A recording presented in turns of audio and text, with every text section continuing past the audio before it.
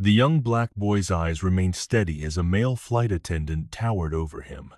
"This seat isn't for you," he said coldly. "Get up. Mr. Harrison needs this seat now." The 10-year-old clutched his boarding pass, trying to explain, but no one listened. The white man standing in the aisle smiled triumphantly as passengers around them nodded in agreement. One woman whispered, "Children don't belong in first class anyway." This wasn't just about a seat. This was about money, power, and prejudice. This story began with Elijah Johnson, a brilliant young black boy with a boarding pass for seat 3B, a first-class ticket purchased by his mother. What Elijah didn't know was that his mother wasn't just any businesswoman. She was Amara Johnson, CEO of Horizon Airlines, the very airline he was flying on. And what the flight crew didn't know was that their mistreatment of this ordinary black child was about to cost them everything. This humiliation began at the VIP lounge in Dubai International Airport and escalated on the plane when Richard Harrison decided that Elijah's seat should be his instead. Soon, Elijah's rightful place was stolen in plain sight, and he was removed from his first-class seat on the international flight to London.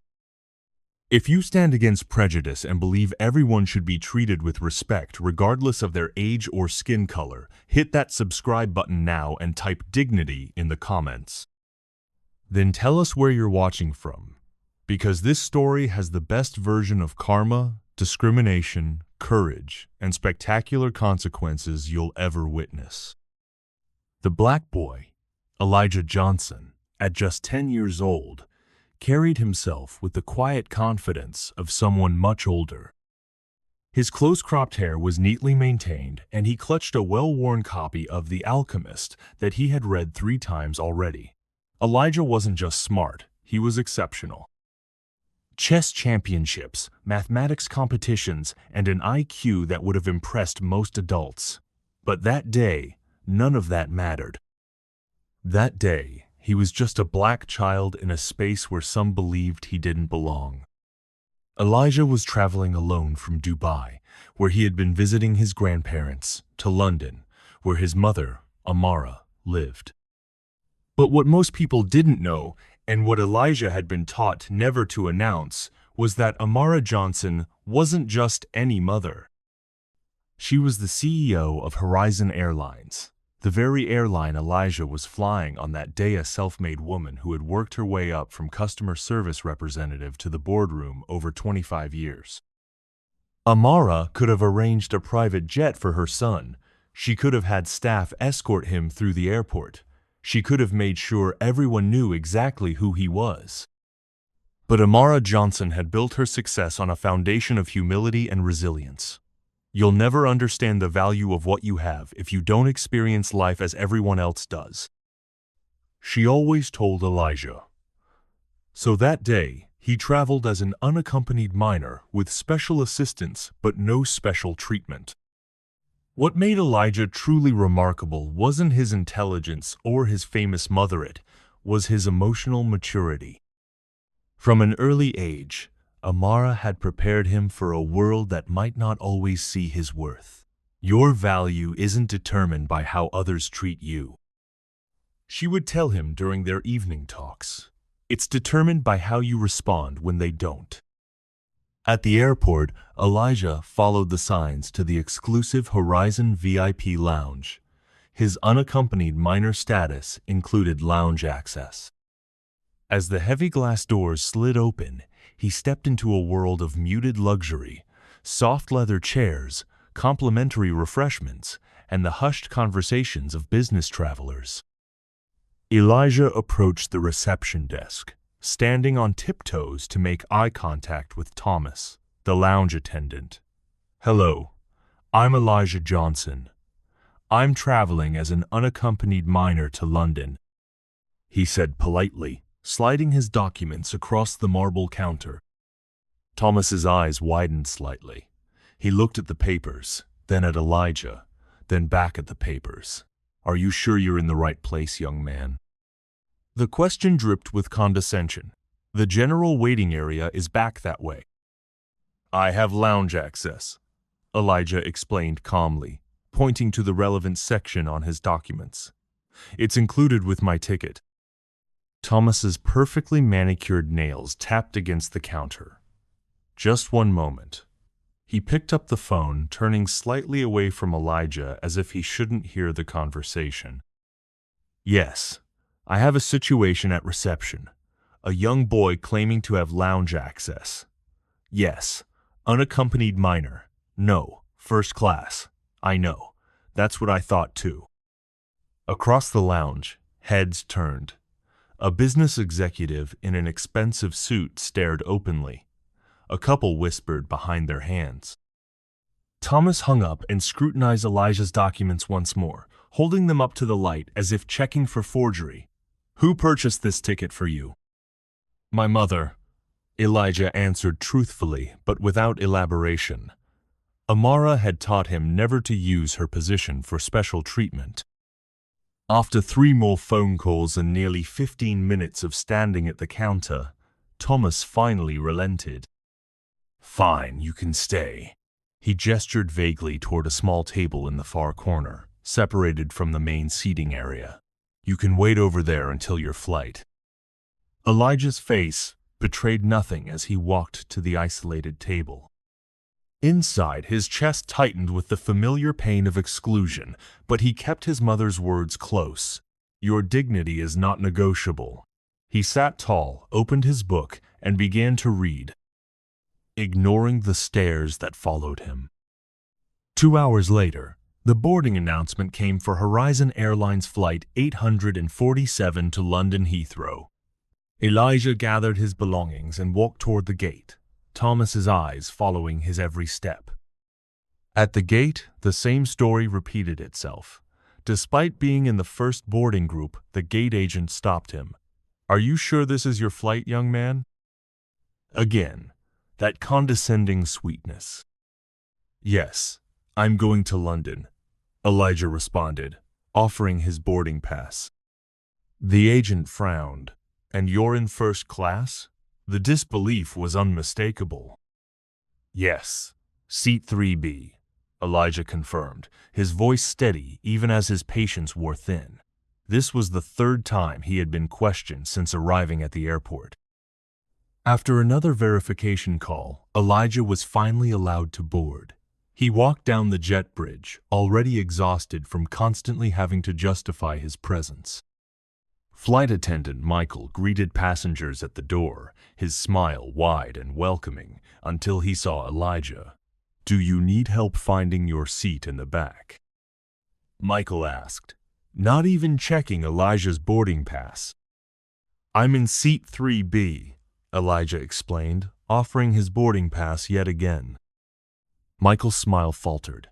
He looked at the boarding pass, then at Elijah. His expression a mixture of surprise and doubt. Oh, right. This way, then. The first-class cabin was spacious and quiet. Elijah found his window seat easily and settled in, placing his backpack carefully under the seat in front of him. He arranged his book and tablet on the side table and buckled his seatbelt. Everything by the book, just as his mother had taught him.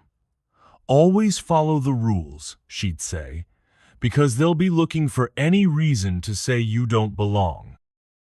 As other first-class passengers boarded, Elijah felt their glances. Some double-took, others outright stared. He kept his eyes forward, his expression neutral. This wasn't new. This wasn't even surprising, but that didn't make it hurt any less. The boarding process continued smoothly until Richard Harrison appeared at the entrance of the first-class cabin. At 50, Harrison represented old money and entitlement in its purest form. His tailored Savile Row suit was impeccable, his silver-streaked hair styled in a way that likely cost more than most people's monthly rent. He clutched his leather briefcase in one hand and his wife's arm with the other. Penelope Harrison, a tall woman with blonde hair and a permanently distracted expression, followed dutifully behind, thumbing through emails on her phone. Richard paused at the entrance to first class. his eyes scanning the cabin like a general surveying a battlefield. When his gaze landed on Elijah, he froze. The boy sat quietly, reading his book, completely unaware of the storm about to engulf him. Richard's perfectly lined lips parted slightly in disbelief. "Penelope?" he whispered, but loud enough for nearby passengers to hear. "Look at that. Why is a child like that sitting in first class?" Penelope barely glanced up from her phone. "Oh, I don't know, dear." Richard didn't move. He stood blocking the aisle, causing a backup of passengers trying to board. "This is precisely why we should fly private. The standards have completely collapsed." He turned to his wife with theatrical distress. "And I specifically requested seat 3B. It has the best window view for taking off." Penelope sighed. "Your ticket says 5D, Richard. I checked it myself." Richard's eyes narrowed. "That's not acceptable. Not after the week I've had." He scanned the cabin again, his gaze hardening as it returned to Elijah. "Wait here." Richard moved purposefully toward Michael, who stood arranging welcome champagne at the front galley. Michael's professional smile brightened at Richard's approach. He recognized the type of passenger who expected special treatment. "Excuse me," Richard said, lowering his voice to a conspiratorial whisper. "There seems to be a situation with the seating arrangements." "How can I help you, sir?" Michael asked. Richard's eyes darted toward Elijah, then back to Michael. "That child is sitting in seat 3B. I'm quite certain he doesn't belong there. He must have wandered up from economy." Michael glanced over at Elijah, hesitation crossing his face. He did have a first-class boarding pass. Richard's hand moved discreetly into his suit pocket. When it emerged, a folded 200-pound note was pressed between his fingers. With the practiced smoothness of someone who had bought his way out of inconvenience many times before, Richard pressed the money into Michael's hand during what appeared to be a simple handshake. "I've had such a difficult trip," Richard said, his voice dripping with manufactured distress. "My company is a major corporate client of this airline. Surely there's something you can do about this unusual situation." The money disappeared into Michael's pocket faster than professional ethics should have allowed. His demeanor shifted immediately, his allegiance purchased for the price of a moderately nice dinner. "I completely understand your concern, Mr. Harrison," Michael said, his voice now carrying the crisp certainty of someone who had made a decision. "Let me look into this right away. I'm sure there's been some misunderstanding with that child's seating." Richard returned to his wife with the satisfied smile of someone who had just successfully manipulated the system. He didn't bother to lower his voice now. That child obviously wandered up from economy. The flight attendant is going to sort it out. His statement carried through the cabin. Several passengers looked up from their pre-flight routines, their attention drawn to Elijah. A woman in one seat frowned. "Children don't really belong in first class anyway. I paid for peace and quiet." A man across the aisle nodded in agreement. It's becoming impossible to enjoy premium travel these days. Richard seized the moment, building a coalition of disapproval. Exactly. And how did a child that age even get into first class without an adult? Something isn't right. The murmurs of agreement spread through the cabin like ripples in a pond. Only one passenger, an elderly white woman with elegant silver hair and kind eyes, watched the scene with growing concern. This was Dr. Blank, Eleanor Whitfield, a retired human rights lawyer who had seen this script play out too many times in her 75 years. She said nothing yet, but she reached discreetly for her phone and began recording. Elijah, meanwhile, had become aware of the conversation. He tried to make himself smaller in his seat, hunching his shoulders and focusing intently on his book, but the words swam before his eyes as anxiety built in his chest. He had seen this happen before, adults deciding he didn't belong somewhere without even speaking to him. Michael approached with another flight attendant, James, a young man eager to please his senior colleague. Their expressions were professionally neutral, but their intentions were clear. "Excuse me, young man," Michael began, his voice honey, sweet, but with a firm undertone. "There seems to be some confusion with the seating arrangements. Can I see your boarding pass again?" Elijah looked up, his expression carefully composed despite the anxiety churning inside him. He reached into his small backpack and produced the boarding pass, now slightly crumpled from repeated inspections. "Here it is, seat 3B. Michael studied it longer than necessary, as if staring at it might change what was clearly printed. James leaned over his shoulder, frowning exaggeratedly. "That's strange," he murmured, just loud enough for nearby passengers to hear. How would a child have a first-class ticket by himself? Elijah's voice was steady but quiet. "I'm an unaccompanied minor. My mother purchased the ticket. All my paperwork is correct." Richard interjected from across the aisle, not bothering to hide his disdain. Well, he must have found that boarding pass somewhere, or perhaps there was a printing error. Either way, he clearly doesn't belong here. Several passengers nodded in agreement. The mood in the cabin had shifted. A collective decision seemed to have been made about Elijah without any factual basis. It was the power of suggestion combined with deeply held biases that no one wanted to acknowledge. "Listen, young man," Michael continued, placing a hand on the back of Elijah's seat. "For everyone's comfort, we think it might be better if you move to another seat. There are plenty of nice seats in the back of the plane." Elijah's hands began to tremble slightly, but his voice remained steady, a testament to his mother's coaching on maintaining dignity under pressure. "My ticket is for this seat. I've been assigned seat 3B. I don't understand the problem." Richard sighed dramatically. "This is ridiculous. The flight is already delayed, and now this child is being difficult. Can't you just move him?" The woman in 2C chimed in again. "Some parents these days have no consideration for other travelers. Sending a child to disrupt first class is inconsiderate." Elijah felt tears building behind his eyes, but he refused to cry. He remembered his mother's words, "Never let them see they've wounded you." He took a deep breath and tried one more time. "My mother paid for this seat. I have the right documentation. I don't want to move." Michael's smile disappeared, his patience evaporating now that Elijah was becoming difficult. "I'm afraid this isn't optional. For the comfort of all our passengers, we need to find your proper seating assignment." James stepped forward, his hand extended for Elijah's backpack. "Let me help you with your things." Elijah looked around the cabin, searching for any ally, any face that might speak up for him. He found only averted gazes or outright hostile stares. Even Dr. Whitfield remained silent, though her eyes communicated a wordless apology as she continued filming discreetly. "This isn't right," Elijah whispered, but his protest was lost in the noise of boarding.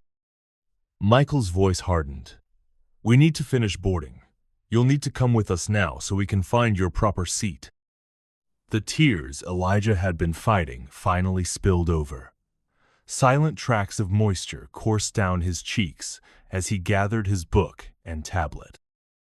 He stood, his small frame dwarfed by the towering adults who had decided he didn't deserve to be there. His movements were deliberate, dignified even in defeat. He refused to rush despite the impatient gestures from James. As soon as Elijah vacated the seat, Richard swooped in, settling into 3B with a triumphant smile. "Much better. This is exactly what I needed after such a stressful week." Penelope finally looked up from her phone, frowning slightly at her husband. "Richard, wasn't your ticket for 5D? He waved away her question. "It's handled, dear. The staff understood my needs." James led Elijah through the business class cabin and into economy. The contrast was stark. from spacious leather seats to tightly packed rows. He scanned the cabin and spotted a middle seat in row 34, sandwiched between two strangers, a heavy-set man already spilling into the adjoining space and a woman engrossed in her laptop. "Here we go," James said with forced cheerfulness. "A perfect spot for you." Elijah said nothing as he stowed his backpack in the overhead bin, far enough away that he wouldn't be able to reach it himself. The message was clear: you are small, you are powerless, you do not matter. He sat rigid in the middle seat, hands folded in his lap, tears now flowing freely, but still completely silent. The man beside him glanced over with mild annoyance before returning to his sports magazine. The woman on his other side didn't acknowledge him at all. Back in first class, Michael served champagne to Richard, who lounged comfortably in Elijah's rightful seat. "Thank you for understanding my situation," Richard said with a wink, the unspoken acknowledgement of their transaction hanging between them. "Of course, Mr. Harrison," Michael responded with a conspiratorial smile. "We always try to accommodate our valued passengers." In economy class, Elijah stared straight ahead, his mother's voice echoing in his mind. "Your dignity is not negotiable." He may have lost his seat, but he refused to lose himself. With trembling hands, he reached for his phone and sent a message to his mother. "Mom, I was denied my first-class seat, and it was given to a white passenger." What these flight attendants didn't know, what Richard Harrison couldn't possibly imagine, was that sometimes the smallest person in the room held the greatest power. The aircraft door remained open, the departure time long since passed. Passengers shifted uncomfortably in their seats, checking watches and sighing dramatically. In economy, Elijah sat perfectly still, his small hands folded in his lap, his eyes fixed on the seat in front of him. He had done all he could do. Now he waited. The first sign that something extraordinary was happening came when the jet bridge door suddenly reopened. A hush fell over the cabin as three individuals stepped aboard, none wearing the standard Horizon Airlines uniform. The woman in front wore a tailored charcoal suit with the airline's executive insignia, her expression grave and purposeful.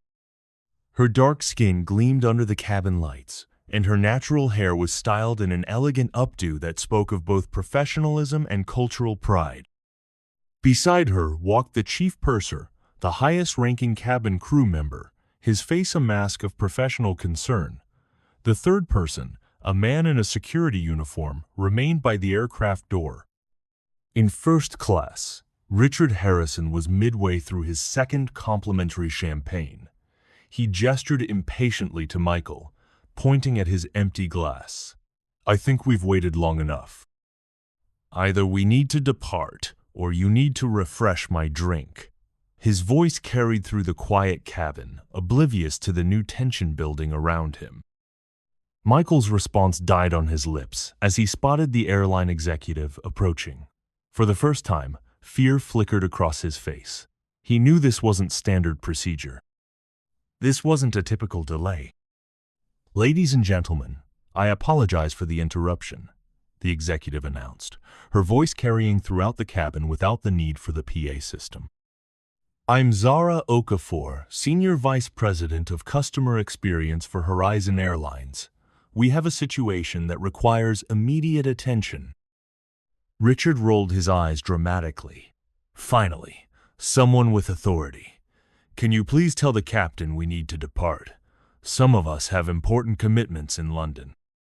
Zara didn't even glance at Richard.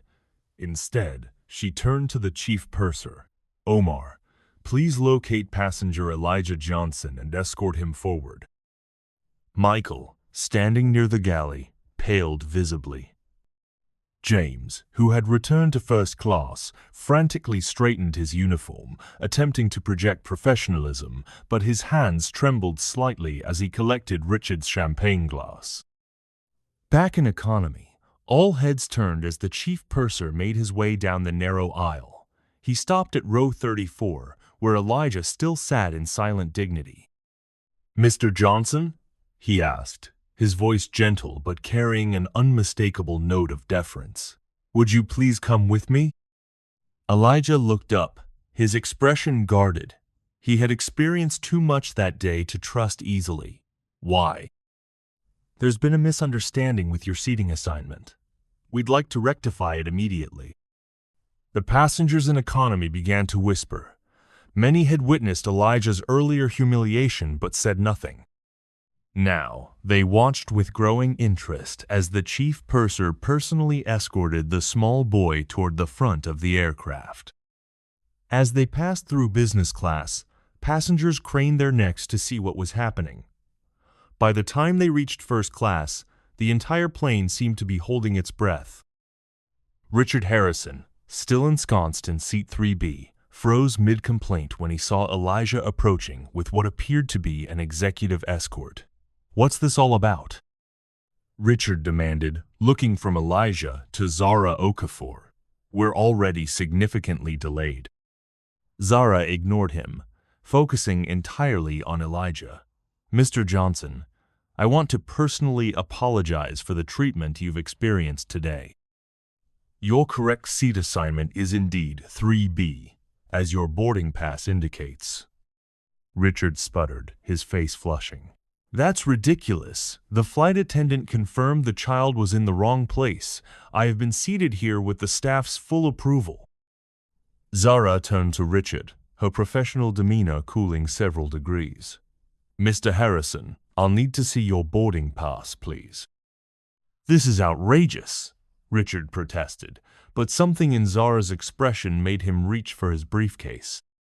He rifled through it, eventually producing his boarding pass with a triumphant flourish. "There, seat 3B."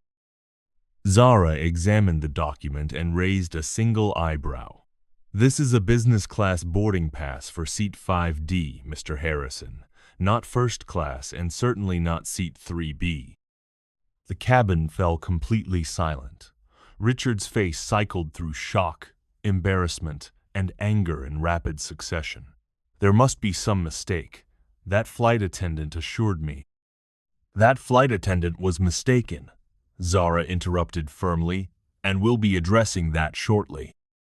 At that moment, the aircraft's PA system crackled to life. The captain's voice filled the cabin, but his usual pre-flight announcement was noticeably different. "Ladies and gentlemen, this is Captain Sharma speaking. We have a rather unusual situation today. I've just received a direct call from Horizon Airline's Chief Executive Officer who has requested to address the aircraft." A murmur rippled through the cabin. Executives never addressed passengers directly. This was unprecedented. The PA system crackled again, and a new voice emerged, deep, measured, and carrying unmistakable authority. "Good afternoon. This is Amara Johnson, CEO of Horizon Airlines." At the sound of his mother's voice, Elijah's eyes widened. He stood a little straighter, but his expression remained carefully neutral. "It has come to my attention that there has been a serious breach of our company's policies regarding passenger treatment on this flight. My son, Elijah Johnson, was removed from his assigned first-class seat despite having valid documentation. He was then subjected to discriminatory treatment by crew members who accepted a bribe to reassign his seat to another passenger." Richard Harrison's face drained of all color. Michael, standing nearby, looked as though he might faint. James had disappeared entirely from view. Amara continued, her voice remaining remarkably controlled despite the obvious anger beneath her words. "At Horizon Airlines, we have a zero-tolerance policy for discrimination of any kind. We also have a zero-tolerance policy for staff accepting payments or gifts in exchange for preferential treatment." The silence in the cabin was absolute. The noise of the aircraft seemed to have dimmed in deference to Amara Johnson's voice. "The crew members involved in this incident are being removed from their positions effective immediately. Mr. Richard Harrison, who offered the bribe and knowingly occupied a seat that was not assigned to him, will also be removed from this flight. Furthermore, Horizon Airlines will be permanently suspending Mr. Harrison's membership in our loyalty program, and he will no longer be welcome on our aircraft. Richard jumped to his feet, his face contorted with indignation. This is preposterous. You can't do this to me. My company spends millions with your airline every year. As if in answer to his protest, the security officer who had been waiting by the door now approached the first-class cabin. His timing was too perfect to be coincidental. This had been orchestrated down to the second. "Mr. Harrison," Zora Okafor said calmly, "please gather your belongings. This officer will escort you from the aircraft." Richard looked around frantically, searching for support among the passengers who had so eagerly joined his coalition of disapproval earlier. Not a single person met his gaze.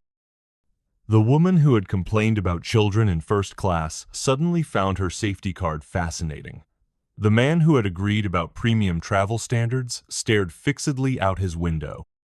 "Michael, James," Richard called out, as if they might somehow intervene on his behalf. But Michael stood frozen, his career visibly crumbling before his eyes. James was nowhere to be seen, having retreated to the back galley at the first sign of trouble. Amara Johnson's voice returned, softer now. "Elijah, I'm sorry this happened to you today. I hope this resolution provides some comfort." "I'll see you when you land in London, sweetheart." There was a momentary crack in her professional demeanor, just enough to reveal the mother beneath the CEO. Then her voice returned to its official tenor. "To all other passengers, I apologize for the delay. New crew members are already boarding, and you'll be on your way shortly. Thank you for your patience, and thank you for choosing Horizon Airlines." The PA system clicked off, leaving a cabin full of shocked passengers in its wake. Richard Harrison stood in the aisle, the security officer waiting patiently beside him. His face had gone from pale to mottled red, his carefully cultivated image of sophistication shattered beyond repair. "This is a mistake," he insisted, his voice rising to a pitch that made nearby passengers wince. "Do you have any idea who I am, who my connections are?" Zora Okafor's response was calm but unyielding. "Mr. Harrison, we have security camera footage from the cabin showing you passing money to our flight attendant. We also have witness statements." She glanced meaningfully toward Dr. Bowes. Whitfield, who still held her phone with its damning video evidence. "Your options are to leave the aircraft voluntarily or be removed, but you will be leaving." Something in Zara's tone finally penetrated Richard's bubble of entitlement. With as much dignity as he could muster, which wasn't much, he collected his briefcase and followed the security officer toward the exit. Michael was next, escorted by another airline official who seemingly materialized from nowhere. His uniform jacket was removed before he even reached the door, a public stripping of his position that spoke volumes. James was found hiding in the rear galley and marched forward, his face a mask of shame as he passed rows of staring passengers. As they exited, a new flight crew boarded, fresh-faced, professional, and clearly briefed on the situation. Their expressions were a mixture of determination and slight trepidation as they began their duties under the watchful eyes of a cabin full of passengers who had just witnessed corporate justice in action. The new purser approached Elijah, who still stood beside Zara Okafor in the first-class cabin. "Mr. Johnson, would you like to return to your seat now?" Elijah nodded silently and took his rightful place in 3B. As he settled in, the passengers who had watched his humiliation earlier now witnessed his vindication. Some looked ashamed, others impressed, but all understood they had just witnessed something remarkable. Dr. Whitfield moved from her seat to the now vacant one beside Elijah. She reached over and gently patted the boy's hand. Your mother would be proud of how you handled yourself today, she said quietly. You showed more dignity than all of them put together. A fresh glass of apple juice appeared before Elijah, served by a flight attendant whose smile contained not a trace of condescension. With our compliments, Mr. Johnson. Is there anything else you need before we depart? Elijah shook his head, finally allowing himself a small smile. No, thank you. I'm exactly where I'm supposed to be. The new captain's voice came over the PA system, professional and warm. Ladies and gentlemen, on behalf of our CEO Amara Johnson and the entire Horizon team, I'd like to apologize for the delay. We'll be departing for London shortly. Current flight time is 7 hours and 15 minutes. The remaining first-class passengers, who had either participated in or silently enabled Elijah's mistreatment, now sat uncomfortably in their seats. The woman from 2C made a point of leaning across the aisle. I'm sorry about earlier. I should have said something. Elijah regarded her thoughtfully. At 10 years old, he had just received a master class in power, prejudice, and privilege. He nodded politely but said nothing. His silence was more eloquent than any response could be. As the aircraft finally pushed back from the gate, nearly an hour behind schedule, not a single passenger complained about the delay. They had all learned a valuable lesson that day. Justice may sometimes be delayed, but in the right circumstances, it can be both swift and absolute. As Flight 847 cruised at 0 feet somewhere over Eastern Europe, a remarkable transformation had taken place. The tension that had filled the cabin had dissipated, replaced by a peculiar mix of reflection and humility. In Seat 3B, his rightful seat, Elijah Johnson had finally allowed his shoulders to relax. The rigid posture of self-defense he had maintained since arriving at the airport gradually softened. For the first time that day, he looked like what he truly was, a 10-year-old boy. From his small blue backpack, Elijah retrieved a sketchbook and a set of colored pencils. His hands moved across the page with quiet confidence, creating bold strokes of greens and blues.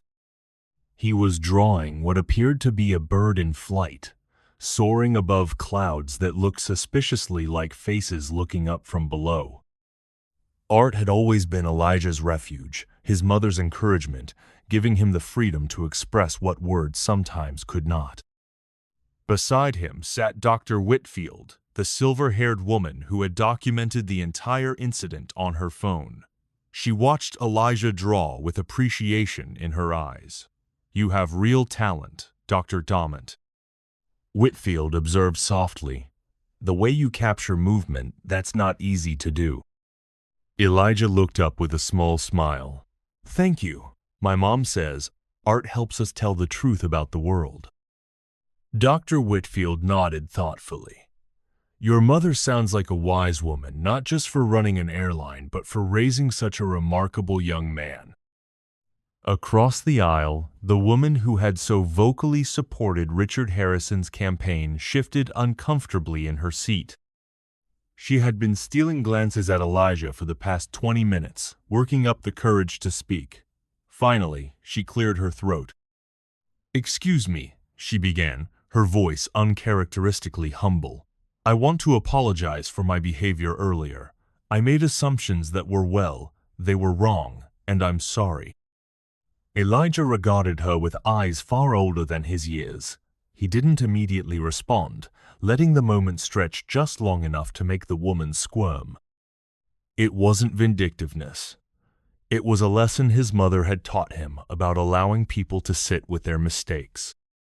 "I accept your apology," he finally said, his voice clear and dignified. "Thank you for saying it."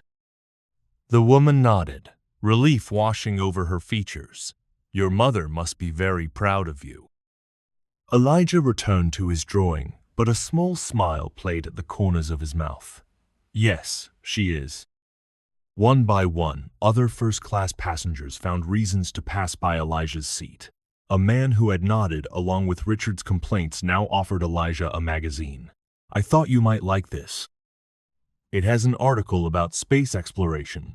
Another passenger happened to have an extra chocolate bar that he couldn't possibly eat. Each small offering was an unspoken apology, a recognition of collective failure to protect a child from injustice. Dr. Whitfield observed this parade of penance with knowing eyes. She leaned closer to Elijah. You know why they're all doing this, don't you? Elijah nodded without looking up from his drawing. They feel bad because they didn't stand up for me before. That's right. And do you know why they didn't stand up for you, Elijah? Because it was easier not to, Elijah replied, his pencil pausing momentarily. And because they didn't think I mattered.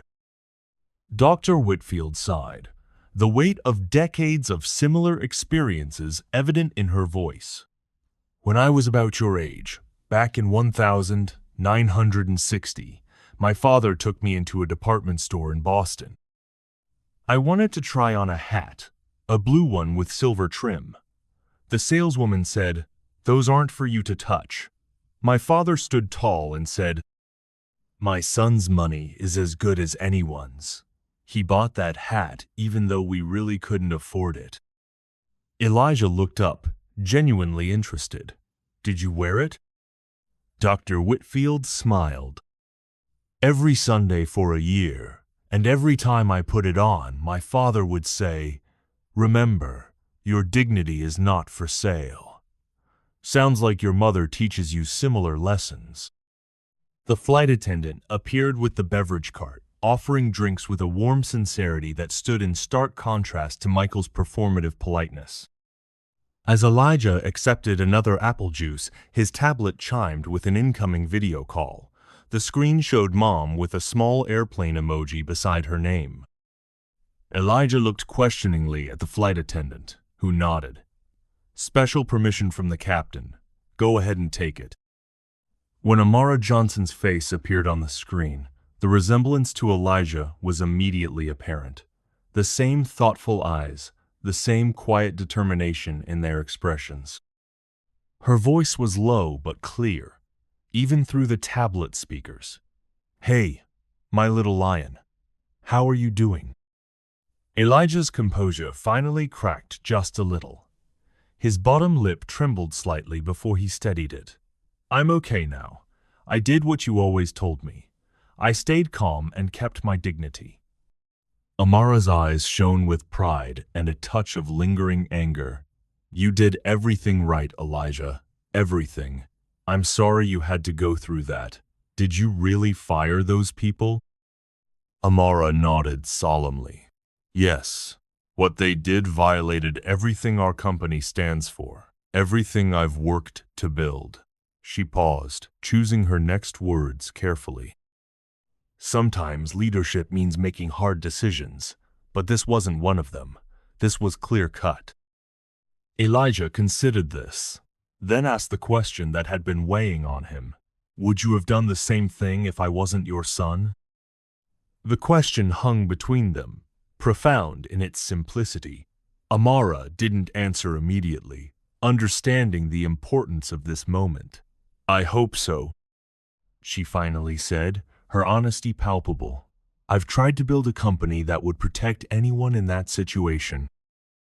But the truth is, Elijah, it's easier to see injustice when it happens to someone you love. That's why I'm making changes." "What kind of changes?" Amara's expression shifted to one of determination. "As we speak, our executives are developing a new training program. Every employee, from baggage handlers to pilots, will learn to recognize and prevent discrimination. And we're creating a new position, a passenger advocate, who will be available at every major airport to intervene in situations like yours." Elijah's eyes widened. "Because of what happened to me?" "Because of what happens to too many people every day," Amara replied. "Your experience is going to make things better for others, my little lion. That's how change happens. One incident, one person, one story at a time." 8 weeks later, Elijah stood before his fifth-grade class at Westfield Academy in London. It was career day, and students were sharing presentations about their parents' professions. Most had brought in simple items: a firefighter's helmet, a stethoscope, a chef's whisk. Elijah had brought something less tangible but far more powerful: a story. "My mother runs an airline," he began, his voice clear and confident. "But today, I'm not going to talk about planes or how they fly. I'm going to talk about something more important: how to stand up for yourself when the world tries to tell you that you don't belong." His classmates listened with rapt attention as Elijah recounted his experience. His teacher, Mr. Bennett, watched with glistening eyes as this remarkable 10-year-old articulated lessons that many adults never learn. "The most important thing my mother taught me," Elijah concluded, holding up a drawing of himself sitting proudly in seat 3B, "is that your dignity is not negotiable. It doesn't matter how old you are, what you look like, or where you come from. You deserve respect, and sometimes you have to be brave enough to demand it." As his classmates applauded enthusiastically, the camera panned back to reveal Amara standing at the back of the classroom, watching her son with unmistakable pride. That same day, across the world at Dubai International Airport, a new sign was being unveiled in the main terminal. It read, "The Dignity Initiative, Horizon Airline's commitment to treating every passenger with respect, regardless of age, race, gender, or background." Beneath it stood a life-sized cutout of Amara Johnson with a quote attributed to her: "Your dignity is not negotiable. At Horizon Airlines, we honor that truth for every passenger on every flight." And, in a small but significant change, the unaccompanied minor forms now included a new section: "All children traveling alone have the right to be treated with the same respect and dignity as adult passengers. Any concerns about seating or service should be directed to our passenger advocate, available at every Horizon Airlines terminal." In London, as Elijah finished his presentation, a student raised her hand. "But what if you hadn't been the CEO's son? What would have happened then?" Elijah considered the question carefully.